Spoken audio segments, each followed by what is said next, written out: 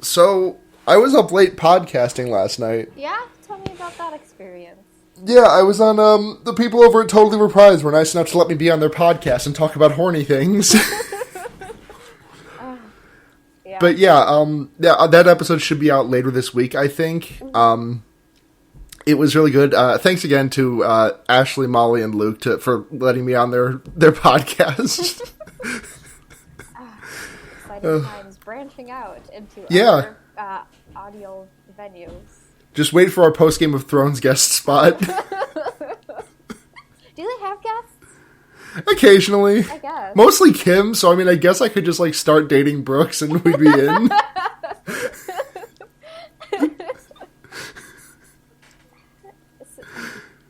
I guess so.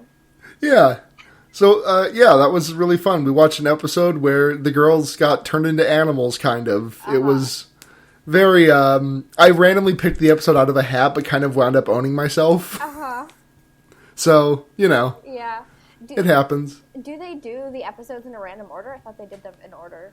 No, they do them in order. I'm just, like, they gave me, like, a list of like, all the episodes in the series, and I was like, this one's kind of close, and it sounds kind of fun. And then I looked it up, and it was like, oh, it's the transformation fetish furry episode. So they kind of choose their guests randomly. Yeah, well, the guest gets the option if they, like, have an episode they want to pick out. Like, for example, I also, like, locked in the seat for the Halloween episode. Good. Yeah. So catch me in, like, 5 months when we do that one. Exciting times. I hope you heavily promoted our podcast and made that. Oh, absolutely. I said, I when they asked where they could find me, I said, well, first, and most importantly is Fearbaiting. If you want to hear my dumb shit, this is where I'm at, but Fearbaiting is my mainstay. Yeah, please. We have to get that that Totally Spies fandom like bleed over into our dumb podcast. Yeah, we're gonna get a page on Totally Spies Underground eventually. That's the goal. That's the ultimate. Honestly the ultimate. That's Blair. I've been meaning to tell you. That's the only reason that I started this podcast. That's the end game. Yeah.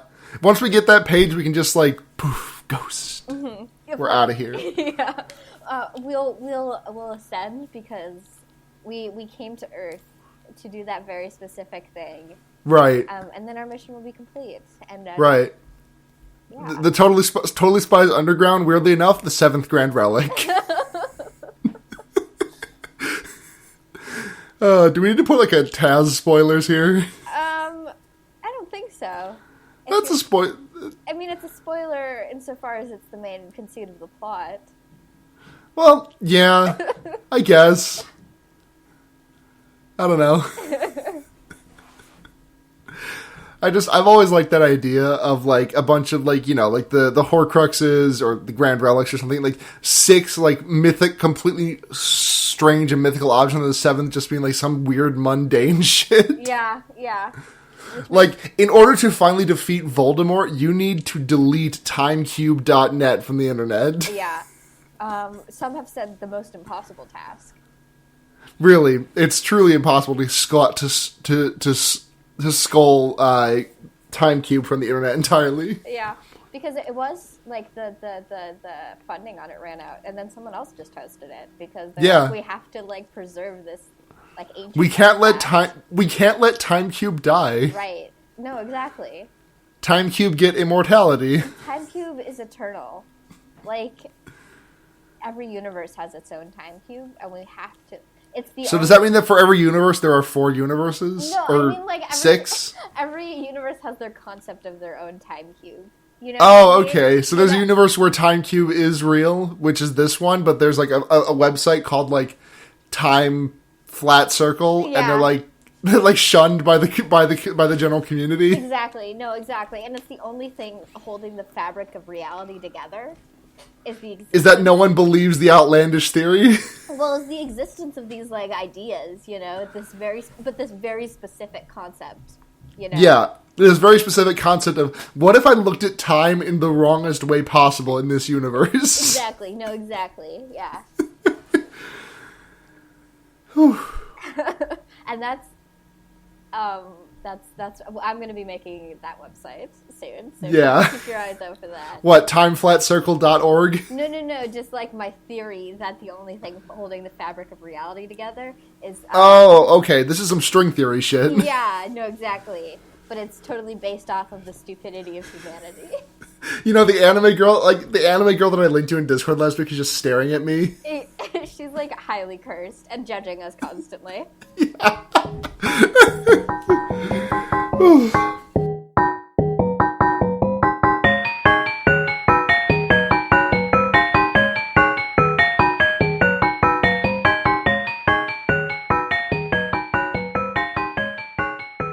Welcome to Fearbaiting, everyone. It's the number one podcast that you chose to listen to because you thought it would be better than the movie that was absolutely a joke, but it's not better. Yeah. These descriptions are getting way more esoteric and meta-textual than I ever really wanted them to be. I mean, that's just kind of the nature of, like, life, you know? Yeah. Speaking of life, there's a movie coming out called Life. Yeah.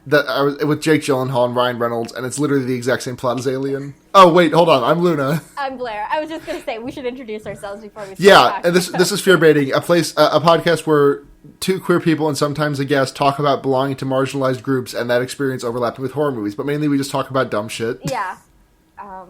There's just a framing context in which all of that is supposed to exist. Yeah. So Life is, I'm just kind of surprised that, like, that movie just seems like beat for beat Alien. I've only seen the posters of it literally everywhere, but I've not seen a trailer of it yet. Just because I don't really seek out trailers unless I'm, like, going to the movies. Yeah, that's fair. And the most recent movie I saw was the Beauty and the Beast live-action movie. So, Blair! Look, I was invited. Blair! I know. You were invited to spend time with your friend, but, like, I would just listen to a podcast or something. Like, it was 2 hours. It was over 2 hours long. Holy shit! Okay, this is the entire podcast now. Fuck Horsemen. This is the podcast. Okay, so it wasn't horrible. Like, it wasn't, like, super bad. Okay, hold on. I looked at Cogsworth's face again recently, and, like, I don't have trypophobia, but I got the wigglies a little bit from that picture. It's like, I don't know, the designs didn't bother me. Honestly, they were probably the most enjoyable part of the movie, because the human actors were so flat. Probably because they were all talking just green screen and people in, like bright green morph suits with, like, balls on their head, you know? Yeah. Like, Emma Watson's performance was just like... Oh my god, that is Emma Watson, isn't it? Yeah, it was like she was standing in a room and, like... Who was the Beast? I don't know, some rando. He had a pretty good voice, but obviously was way hotter as the Beast instead of his, like, human form, but that... I mean, that was true in the original movie, though. That's just true in every iteration of this, like, yeah. thing, you know? Oh, hold on. I'm trying to remember the, name of this book that I read. The Crimson Tower, I think? Crimson Tower? No. I'll remember it, because it had a couple of really interesting renditions of Beauty and the Beast. Uh-huh. That, God, what the fuck was it called? And it had, like, some really interesting renditions of Little Red Riding Hood, too. I'm gonna see if I can find it. You vamp for a second. Talk more about Beauty and the Beast. Like, I don't know, it was, like, fine. It was a perfectly acceptable movie. It did not blow me away. The dress was so lackluster, you know, like the iconic yellow dress. Yeah. I know, like, Disney fans who were, like, super disappointed about it. So, like, I don't know, the hems didn't look finished, and it was just kind of, like, flat. Yeah. Oh, Dan Stevens. Mm-hmm. That's a name that you just, like, make up. Yeah. No, for sure. I mean, someone's got to be named that, for real. In the flesh world, for sure. Dan Stevens? Yeah. But that's totally, like, a Witness, like, replacement. Oh, absolutely. Yeah. Witness. Oh, God, what the fuck was this book? This is gonna kill me. Hold on.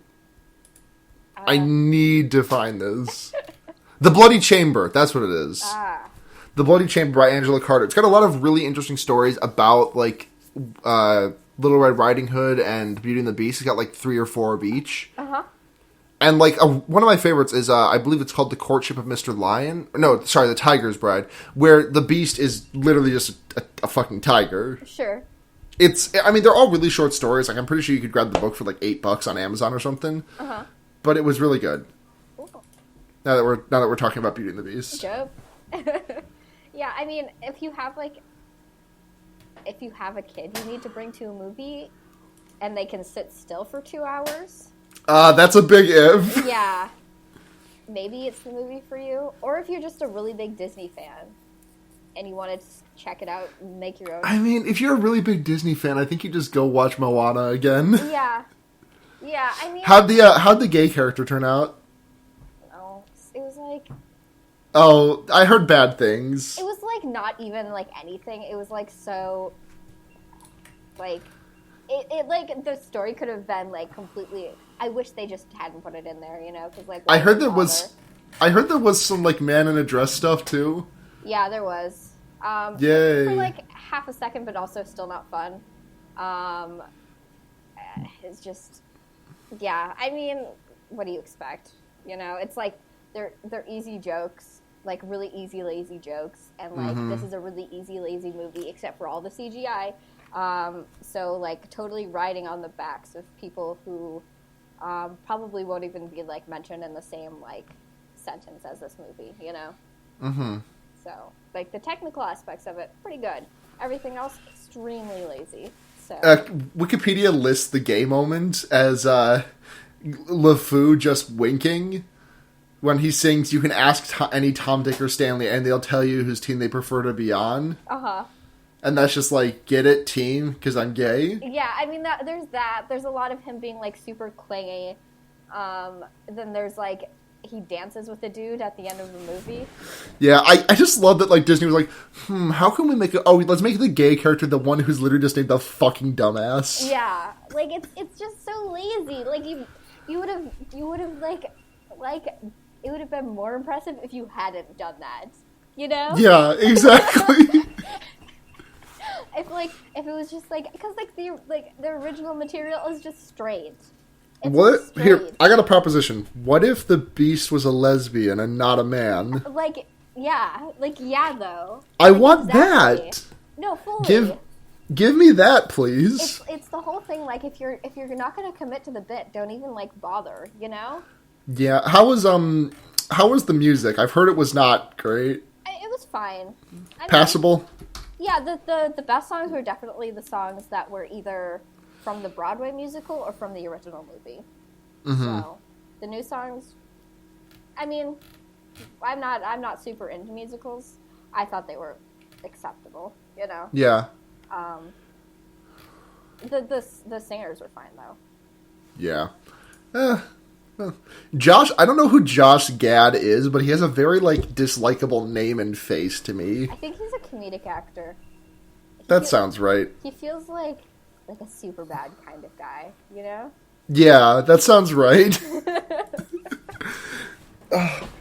I haven't seen any movies. I don't watch movies, actually. The only thing I've watched in the last week is an episode of Totally Spies. We're totally making up the movie we're going to be talking about Spies. this week. You said totally. Oh. So I said Spies. I see. I understand. I'm stealing that bit from Totally Reprise. I was like, because they do that every time someone says totally on that show, someone else will jump in and say Spies, and I was like on the edge of my fucking seat hoping to catch someone saying totally. You've just got that reflex now. Yeah. I absolutely do. Yeah. So, anything else you want to talk about before we get into the fucking shit? No, let's dive right in. Alright, so we watched a movie called Horsemen, which I picked because I thought it had Harrison Ford in it, because the guy looked like Harrison Ford on the cover, but it turned out to be Dennis Quaid. It happens. I mean, white men, you know, old white men. Was it Dennis or Randy Quaid who was in the Saw movies? A Randy Quaid, maybe? I don't know. You'd have to Google it. Let's do that. Luna searches the internet to see which Quaid was in Saw. I don't know them by face, so... I think Randy Quaid looks kind of like Randy Quaid looks like Toby from The Office. Sure. I think he was the one in Saw. Sure. I also Nope. don't watch The Office, so. You've never seen The Office? I've seen The Office, but not well enough to, like, know the characters. Yeah. It's good. Yeah. Yeah. Looks like neither of them are in Saw, actually. Like any of the Saw movies? So, who am I thinking of? Is there another Quaid? There's a blonde guy. Is that who you're thinking of? Maybe. It's not. I'm not thinking of Tobin Bell. I'm not thinking of that. No. I have no idea who you're thinking about, though, because I don't know any, name recognition actors. Carrie L was in a couple of those movies. Yeah, I mean, I guess he counts, kind of. That's not who I'm thinking of, but I just wanted to bring them up. Yeah. Oh, I'm thinking of Donnie Wahlberg. Well, I mean, I guess. Hold on, wait. Saw Legacy is coming out this year. Fuck.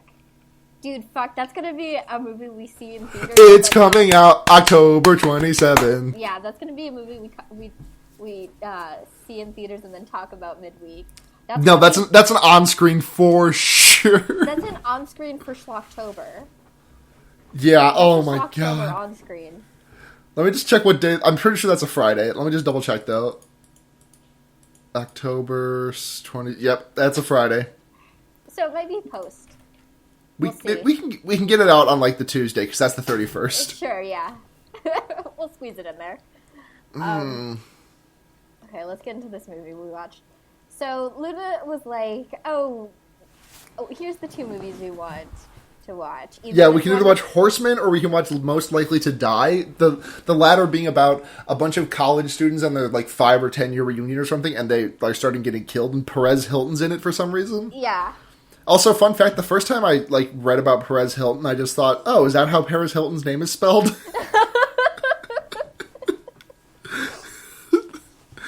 But yeah, we were deciding between that and this, and I was like, you know what? Most Likely to Die seems like I can't really like do that today. I need something like a little bit better than that. So let's go with Horsemen.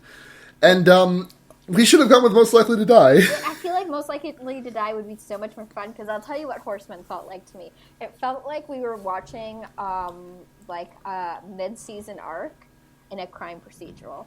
Yeah. Like this felt like the miniature killer from CSI, but like not interesting. Or like, how's that deep cut treat you, Blair? or like a knockoff Hannibal.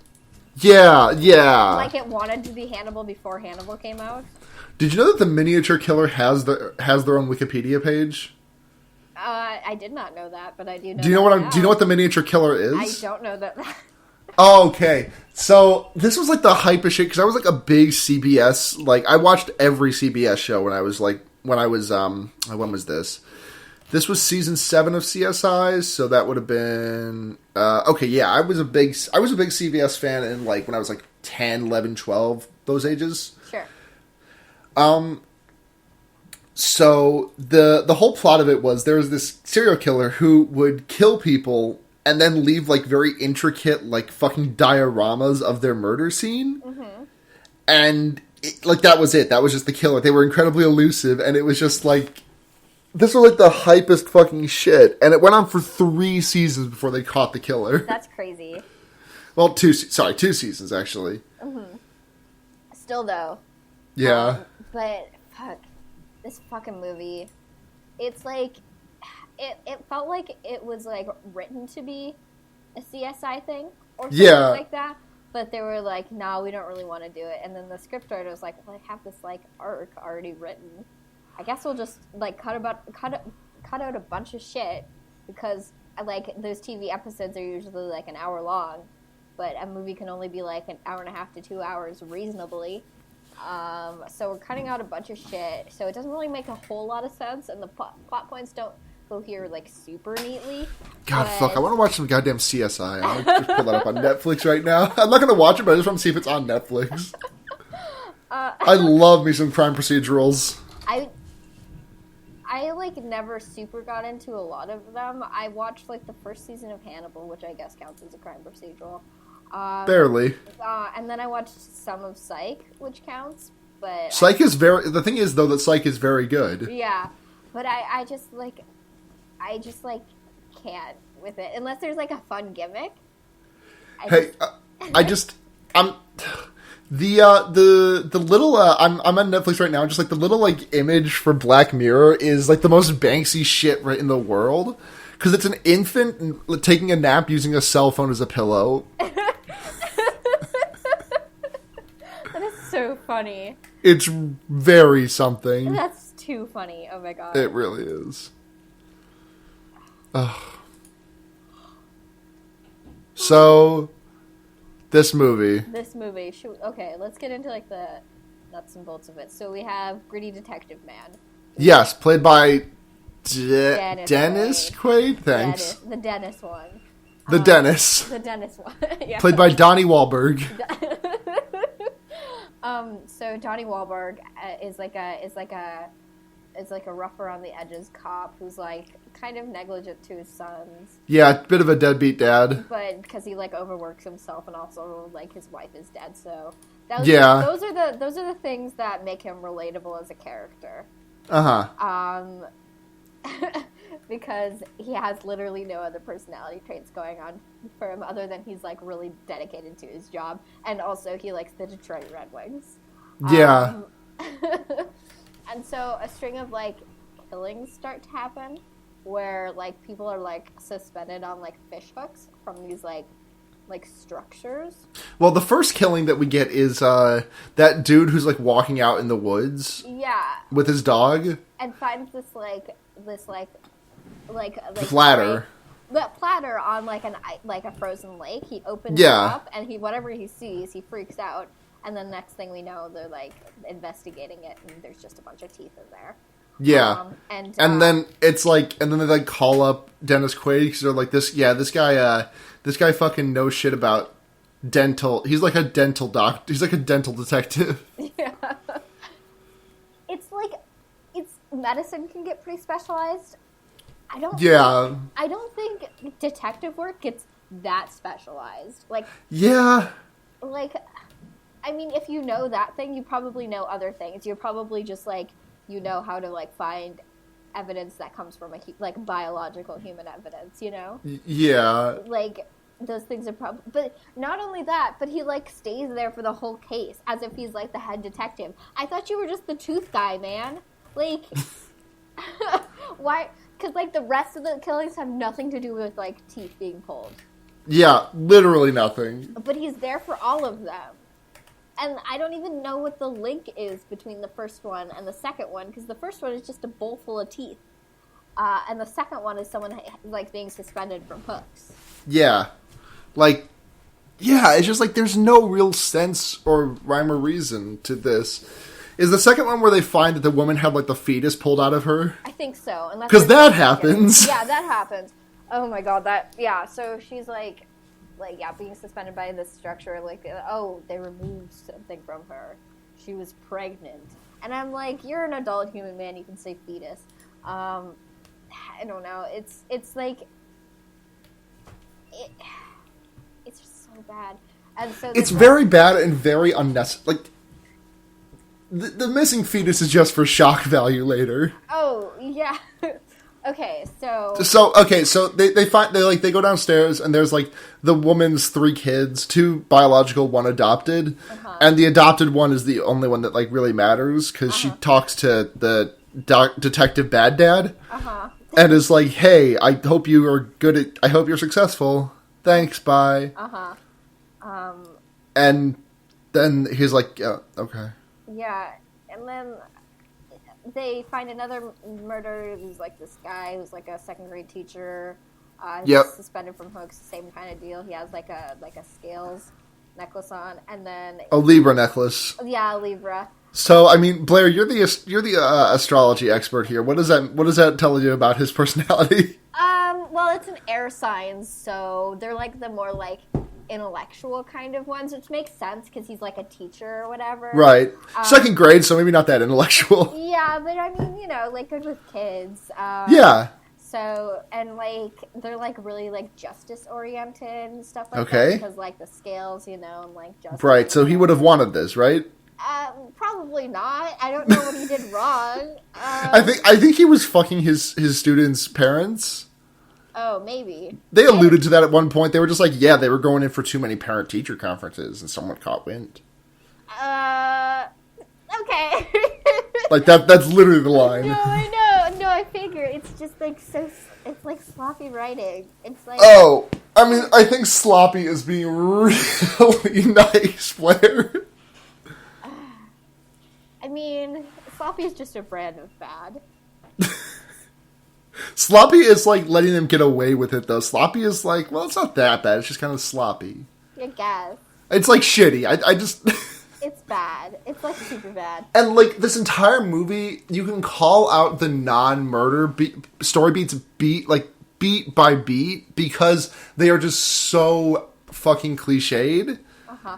And then the only reason you can't do it for the murder bits is because they're so fucking batshit stupid.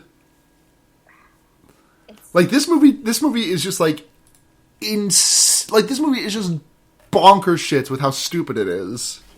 I'm, like, so pissed off that the movie is called Horsemen of the Apocalypse, because we already know what the theme for the killings is before we even get to that. So when the reveal happens, we're like, yeah, we know, Brenda. Like, we know. Like, Bethany, we know. Like, it's just, like... Horsemen in big letters, and then the first thing is like, what's the connection here? What's the theme? And I'm like, and then they like try to build suspense around it when the movie is called Horsemen of the Apocalypse. Like, Samantha, we know. Just look at your movie title. Like it's there. I'm honestly fully expecting you to just like land on the writer's name if you do this for long enough. It's like, because I was thinking about that was when he was like going to this priest, and I'm like, he's going to talk about the apocalypse. Okay, they're talking about the apocalypse. Oh, they're talking about the four horsemen. Here's my one thing. Correct me if I'm wrong, but I'm pretty sure this is true. The four horsemen are red, white, black, and pale.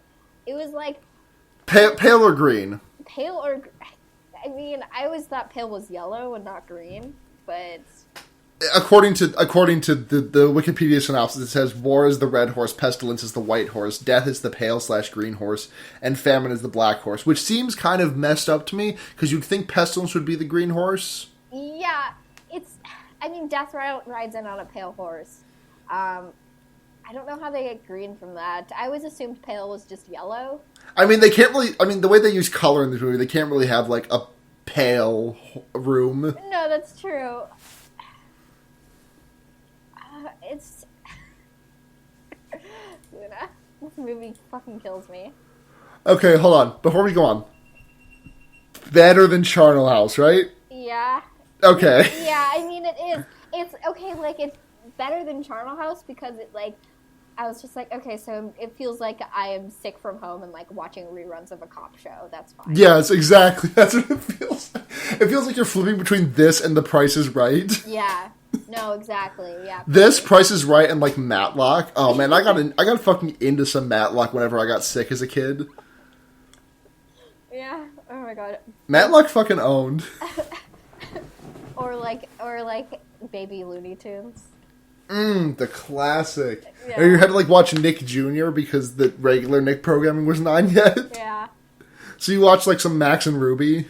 Oh, yeah. No, I, like, definitely, like, the TV was on before school started, and, like, I went to school before my brother did because he's younger than me, so he was, like, fully watching that shit, and I would just wait until, like, my bus came and just watch it with him. Yeah. So, that's a snapshot into my life as, like, yeah. a middle schooler. So the reason they stumble across the fact that they're about the horsemen is because on every, like, murder scene there's the words "come and see" written, which is a quote from the Book of Revelation. Uh-huh. Because that's what the horsemen say when they show up. Mm-hmm. I guess. Whatever. It's... Oh, yeah. It's... I'm just, like, thinking about how disappointed by this movie I was. And then, like, it looked adequate on the cover. Like, it didn't look good. It looked, like, passable. yeah, it looked fine. It looked perfectly fine. But, and it was, it wasn't, it was just nothing, is what it was. It really was, like, just absolutely nothing. So the big twist of the movie comes about fucking 20 minutes into it. Yeah! Well, one of the big twists. One of the big twists, yeah. Which is, like, and I was like, hey, is this movie, like, wrapping up or whatever? Because they just found the killer, and it's the, like, adoptive daughter of that one chick who got murdered. Because she, like, whips out a fetus in a plastic bag. Like, okay. Yeah.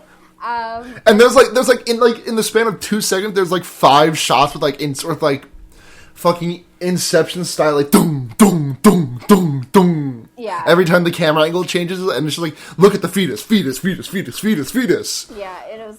Also, little banner just popped out above my head because that's the most times anyone has ever said fetus on a podcast. Just ta-da! There's some confetti. An achievement get. There's some confetti. Thanks for the confetti, Foley, Luna. No problem. Stupid dumb podcast about a stupid dumb movie. This podcast is very bad. We're trying the best we can. So that happens, and then she's like, now she's like all whatever about it, and like I don't know. She's like, I want to talk to that guy. Specifically, the deadbeat dad detective. Yeah. And it's just, their conversations don't do anything to, like, advance the plot. Nothing. It's just like her taunting him, kind of. It's like, you've read Watchmen, right? No, but I know of it. Oh, okay, never mind. Okay. I'm not particularly cultured. But I mean, yeah. I mean, I referenced, like, I can't remember what it was, but last night on Totally Reprised, I referenced something, and it was like just like a cultural mainstay I would consider that like most people had probably seen the movie, and Molly was just like, "Oh, what's that? I don't get it." What movie was it? I don't remember because my memory is shitty and I was very tired. But Molly is just like kind of known for not knowing movies. I mean, I know shit. It's just like not shit that like people know. And, like, I don't know shit that, like, actual human beings know. Yeah, I've never seen Wizard of Oz. Yeah, you haven't? No. I mean, you probably know what it is, just by cultural osmosis. Yeah. Yeah. I've seen Wicked, though. Saw that on Broadway. It was pretty good. I never saw it on Broadway. I saw it in Chicago. It was fucking good, though. Oh, no, I didn't see it on Broadway. I don't remember where I saw it. But you did see it. It was pretty good, though. Yeah. The writers of Wicked are fucking cowards, because they didn't make them gay. You know, I hear the book is, like, a lot more, like... Lesbians? No, not lesbians, but a lot less heterosexual, I guess. Whereas romance is not the main part of it, where the stage play it is.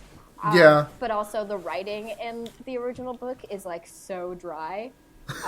So it's like... I think I tried reading it once when I was, like, 14. I was like, oh, this sucks. Yeah, so you're either... Like, I mean... Wicked is the perfect musical insofar as like it's so campy and but it's got a really familiar topic, but it's like a twist on a new topic. But it's good. The musical is good, but like the book is like I just could not get through it. Yeah, no, exactly. But the book is just like, I mean, there was a reason why it was adapted to a musical and not like just the book being really popular. Yeah.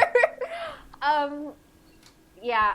Like, so the rest of the thing is just people get hung up on hooks. There's this one guy who, like, we don't know who he is, but he's the guy who was in, like, American Horror Story and was the guy who killed people in the first season. And... It's Tate. Tate.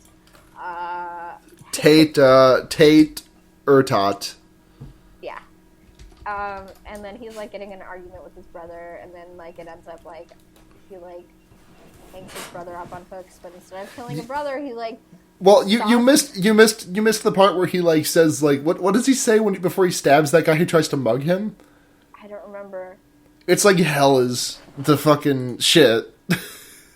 I wasn't paying that close of attention, if I'm being honest, because there was a point in this movie where I was like, yeah, like I could like call each plot point, because there was one point where it was like, oh, the son is offering him tickets to a Red Wings game.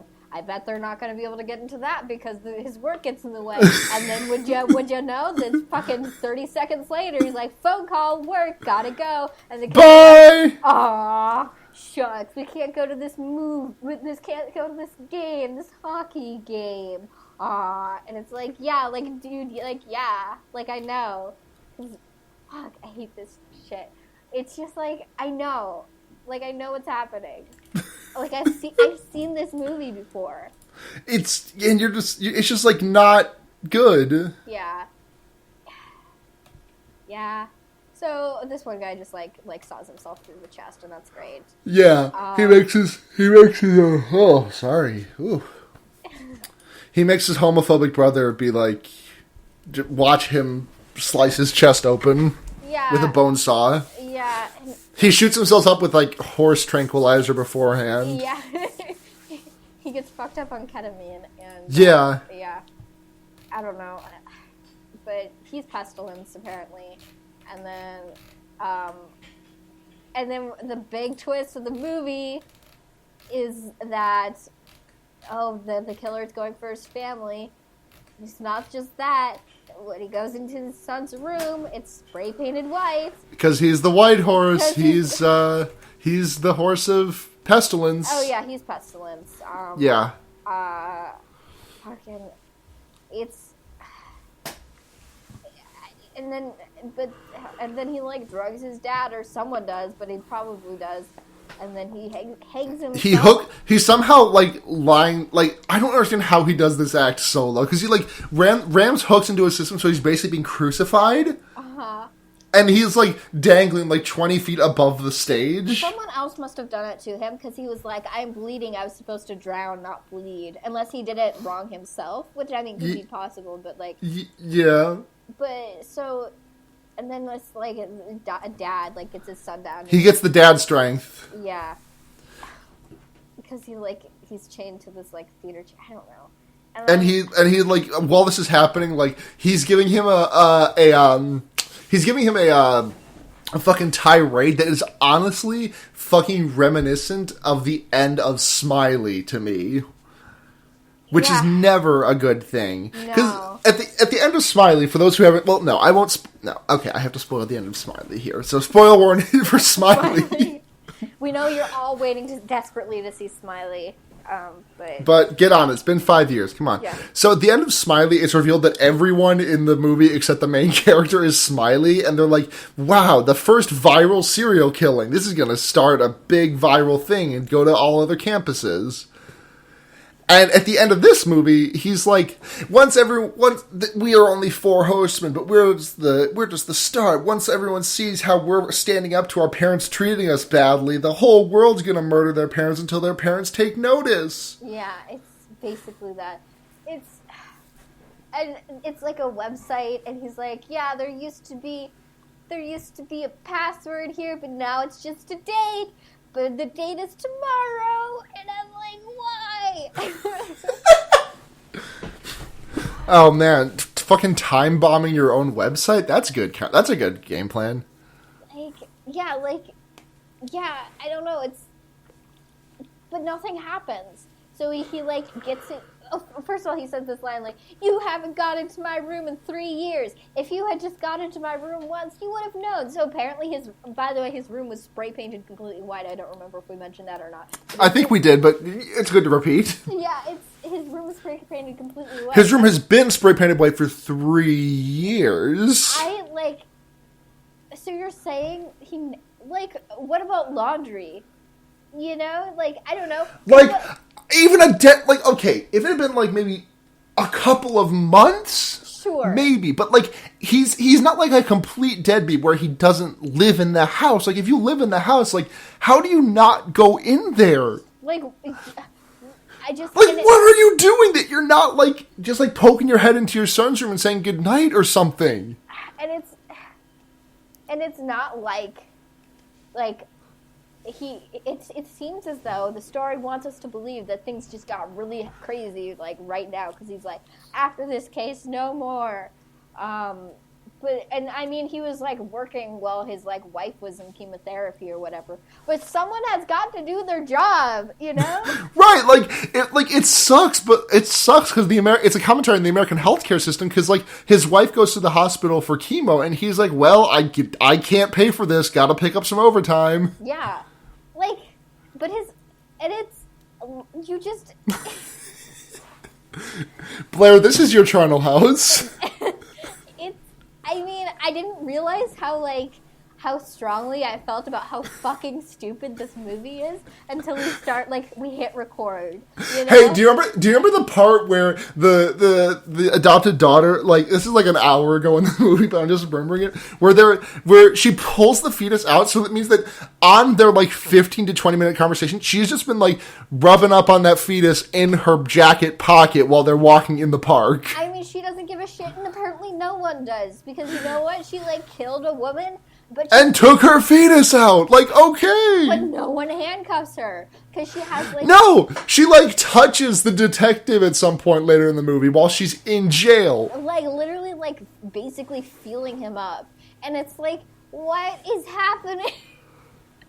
Why is she not... Because even in, like, the most basic crime procedural show...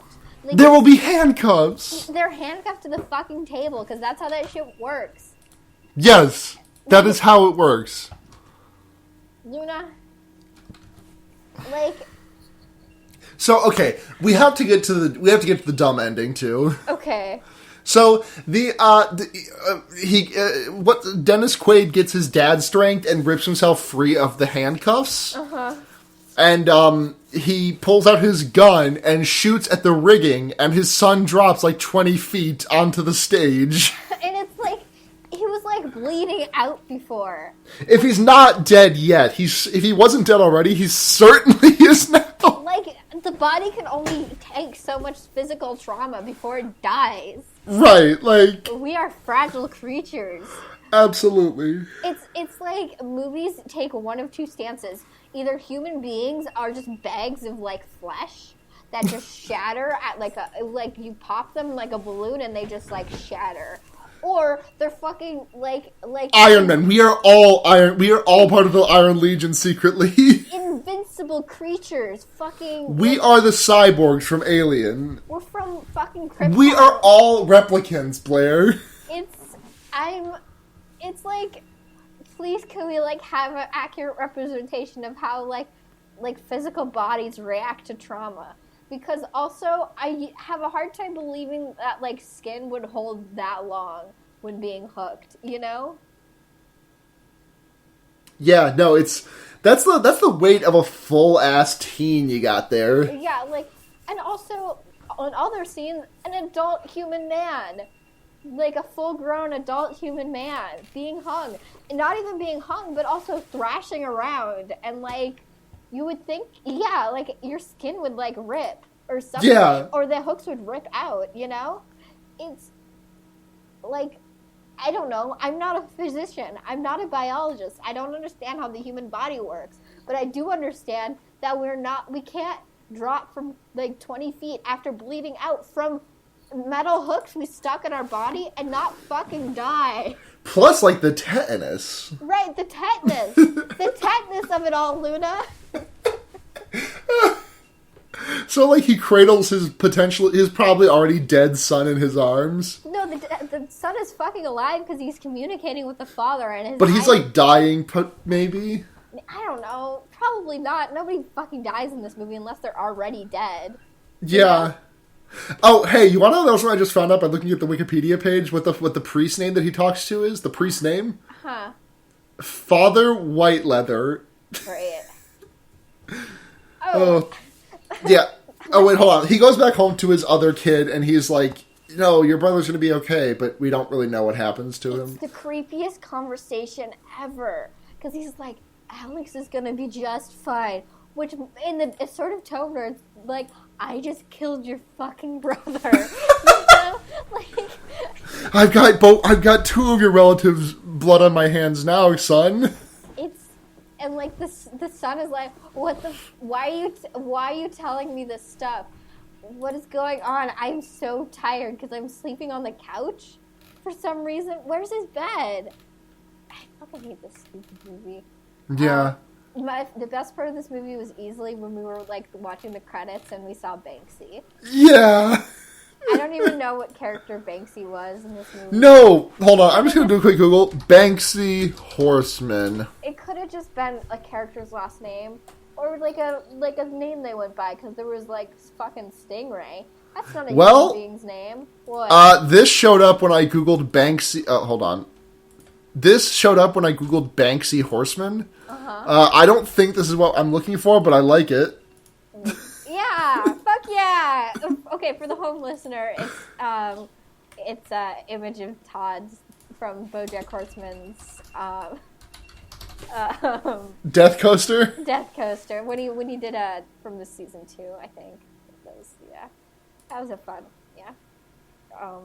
Okay, so I just pulled up the IMDb. I'm just gonna look real quick for. Okay, you gotta do this very important research for us. We have to know.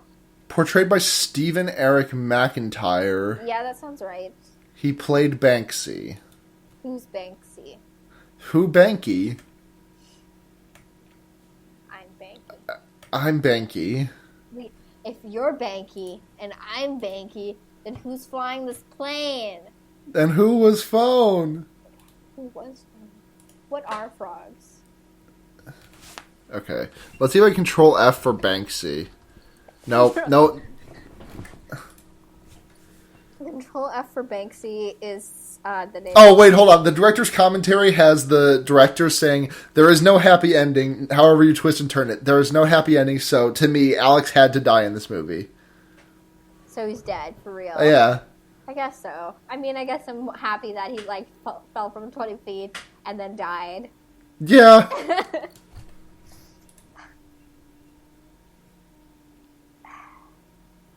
Hold on. I just found there's a parent guide for the movie Horsemen. Mm-hmm. So here's some stuff. Sex and nudity. A man's butt is briefly seen through the glass in the shower. One of the victims is nude and we see her butt. And let's see. Here's some violence and gore. This movie? Violence and gore. A woman holds a bag that has a bloody dead baby inside. Someone attempts to cut their own heart out.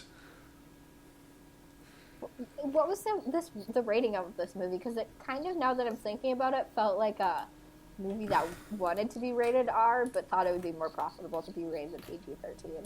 Let's find out. Oh, it's up 20% in popularity this week. I gotta sign up for IMDb Pro to find out why. Tell me what this movie is rated. Rating. Does it not say on IMDb? Hold on. Let's see, the US... Oh, no, we got an R rating. Really? Yeah. It's really tame for an R rating. Yeah. Like, show me some, like, actual guts, you know? Yeah. Not just, literally just hooks sticking out of people. Just that. Yeah. That's all the violence in this movie. Alright, do you want to move on to final judgments? Sure. Please.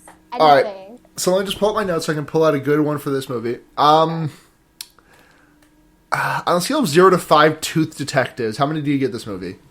I'm going to give this one... I'll give this a generous 1.5. Wow, I'm not going above a 1 for this movie. Yeah. It was... I mean, just I like... don't remember what I gave Charnel House. Actually, I might have given it a goose egg, so I'll go... Yeah, we both gave Charnel House a fucking goose egg. Yeah, I'll give this a 1 then. Because I was like, I wanted to be higher than Charnel House, but I couldn't remember what I rated Charnel House. This movie was not good. Would you recommend this movie if you were, like, drunk, though? It didn't, like, have, like, enough fun thing. Maybe? No, maybe a hangover movie. This could be a hangover movie. If it was on, I wouldn't be super offended by the fact that I was watching it. If it was on, I'd probably think I was watching an episode of fucking CSI. But I didn't know any of the characters, because I don't, like, know. Yeah. So it's like, this is a movie that's happening. Yeah. Yeah. No. I don't know. This movie's just nothing. It's just nothing. Yeah. If you really like movies like fictionalized portrayals of like serial killers, maybe this movie is for you. If not so, like, have a blast. Someone should enjoy this movie. Like, it's the least it can do for the world, you know? After the damage it's done, to me personally, the least it can do is to, like, give enjoyment to another human being. Yeah. Chase your bliss. Chase your bliss, please. So, questions? Want to go on to those? Sure. Do we have any? Yeah, we got a couple. Cool. So, friend of the show and recent guest, Zach, Tumblr user Night Zone, said to Fearbaiting, "Is this a horror movie about centaurs? Please say yes." Can you fucking imagine how good that would be? I wish. Like, the victim's been trampled to death, but also stabbed. And it doesn't look like there was more than one person at the scene, but they left hoof prints. What could it be? I would, like, love, like, an art house movie, like, that's monsterifying centaurs. That'd be so dope. Oh my god, it would be really good. Any movie that's not this is, like, so dope to me right now. That's the headspace I'm in right now. Oh, and we're also going to start, like, announcing the movies that we're doing ahead of time so that you can get questions in earlier. So, Blair, well, before I go on to the next question, what is our movie next week? Well, I'm going to have a guest on, which I have not gotten back to me yet, but I will make sure to... tweet about it? Tweet about it on the Fearbaiting Twitter, if not... Yeah, we'll tweet about it before Sunday. Yeah, if not tonight, then... Well, I guess tonight would be Sunday. But this episode will go... We'll tweet about it before we record the next episode, is what I'm saying. Yes, yeah, as soon as possible. Anyway. Alright, yeah. And then after that, we're gonna watch, I had it written down, we're gonna watch Dead Silence, so get your questions in about fucking freaky puppets. Oh my god, yeah, that's a movie I watched when it was on TV, and, like, parts of it were edited out, and I was, like, just sitting at home, like, watching TV. That's my experience with that movie. And, of course, if you want to hit us up with questions, fearbaiting@gmail.com, fearbaiting.tumblr.com, or @fearbaiting on Twitter. And Tumblr user What's Up With Mew wants to know, so I never seem to see y'all's questions post when you watch movies I know about. As such, I once more hope this is at all relevant. How do you guys feel about the use of biblical themes in horror movies? From your overt stuff, like The Omen or The Exorcist, to just passing biblical references, do you ever feel like it's used as some kind of crutch by filmmakers to quickly and easily apply some kind of greater gravitas to what would otherwise be a petty and relatively insignificant ghost/slasher/spooky boy? I generally really like it because This movie fucking shit the bed on it, though. Yeah, like, come on, serial killers based on the Four Horsemen? That sounds kind of fucking dope. Yeah. Like, it could be like 7, but smaller, because there's only 4. But they didn't do anything creative with the murder. No, they just did the dumbest shit. Everyone died the same way. It didn't have anything to do with pestilence or war or famine or death. There was, like, no... It was like death, and, like, death. Yeah, like, exactly. Like, hooks, and hooks. And it's like, it's called Horsemen, not hooks. You want to call it hooks, just call it hooks. There's never have anything to... Like, okay. If you call it hooks, then, I mean, you got the murder weapon, like, kind of figured out, but you don't have to, like, the core conceit understood yet. Yeah, the conceit. I fucking hate... Anyway, I was raised Catholic, so I, like, kind of, like, have, like, an enjoyment of that kind of thing, just because, like, I'm an attention to the aesthetic like, of it. the first movie that we watched down here is still one of my favorites that we've done. Like, Final Prayer is very much steeped in religion. I mean, granted, not really biblical, but, you know. Yeah. I mean... biblical themes are good. Like, I mean, The Exorcist is a very good movie that I like a lot. Yeah. I mean, I understand why it feels cheap to some people, and I've watched movies where it felt cheap, but I still enjoyed it, because it was like... Horsemen. Yeah. I mean, but the things where it felt cheap, it still had something to do with the plot, or even if it, like, didn't, it was just a small detail that just, like, was used to, like, exaggerate something, instead of trying to be the main conceit of the plot, but having nothing to do with the plot. It fucked up so bad, and I, like, don't understand. Why do bad things happen to good people, Luna? Because we do this podcast, Blair. I'm suffering for my art. This podcast is my art, by the way, so, like, if you want anything better from me, then fuck you.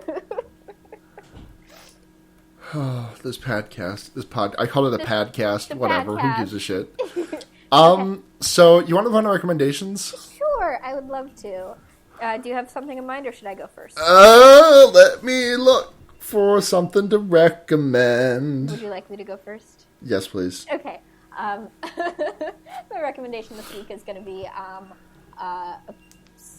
narrative podcast called The Orbiting Human Circus, which is a production from the people who made Welcome to Night Vale. So, I mean, whatever your opinion of Welcome to Night Vale is, I think it can be pretty universally agreed that they have a pretty high production value in them. It's created, I did some research on this, so I would say the right person. It's created by one of the musicians from Neutral Milk Hotel, not Jeff Mangum or whatever, Magnum. I asked, is it Jeff Mangum earlier, and you said yes. I assumed it was. I wasn't sure. I assumed it was. But it's not. It's Julian Kotar, I think. It's pretty fun. It has, deals with, mental illness and stuff like that. The main character is a janitor of the Eiffel Tower who is really into radio shows. There's a specific radio show that broadcasts from the Eiffel Tower that he's really into, and just shenanigans. I'm not super far into it, but I've really enjoyed what I've heard so far. So if that sounds like your thing, I would highly recommend checking it out. Yeah, I don't really have a lot in the chamber for recommendations this week. Uh-huh. I'm trying not to I'm just gonna go ahead and have we ever recommended Cool Games Inc.? I don't remember. We've recommended a few McElroy products, but I think it's a good thing to rely on. You know? Yeah, Cool Games Inc. is just a video game design podcast by, as I'm sure everyone here knows, Griffin McElroy and Nick Robinson. Uh-huh. And it's just very funny and very good, and it's just they just throw out stupid ideas of video game designs, and they're like, hey, what if we made this? Yeah, they get recommendations from Reddit, usually, and then they just shoot the shit about it. They've had some really interesting things that have actually come to fruition by other people creating the games, which I think is dope as hell. That's such a cool idea. Because there's definitely games I've listened to and I was like, wow, I wish that existed because that's a genuinely good game. It's just really fun. Yeah. I'm helping you pitch your recommendation. Yeah, I'm sorry, I zoned out for a second. It's totally cool. Yeah. So podcast. Podcast.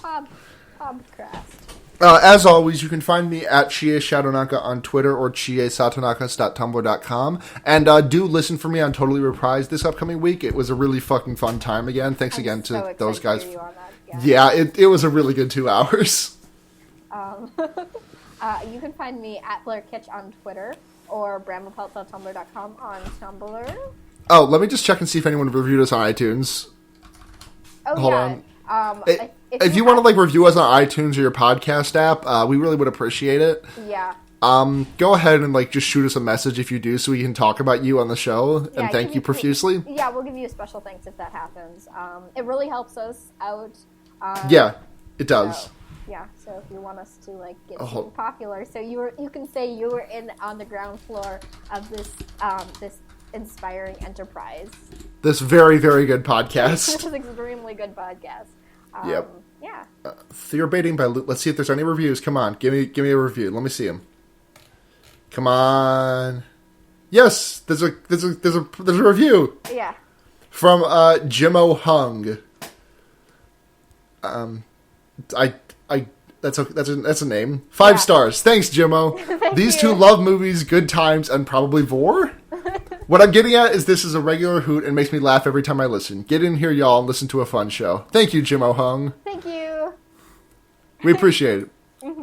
But yeah, that's going to do it for Fearbaiting this week. Until next week when we do insert audio here of me naming the podcast. I will probably just slap in the name of the movie at the end of this. Okay. I'm Blair. I'm Luna. And remember, you can put a fucked up guy anywhere. Good night, everyone.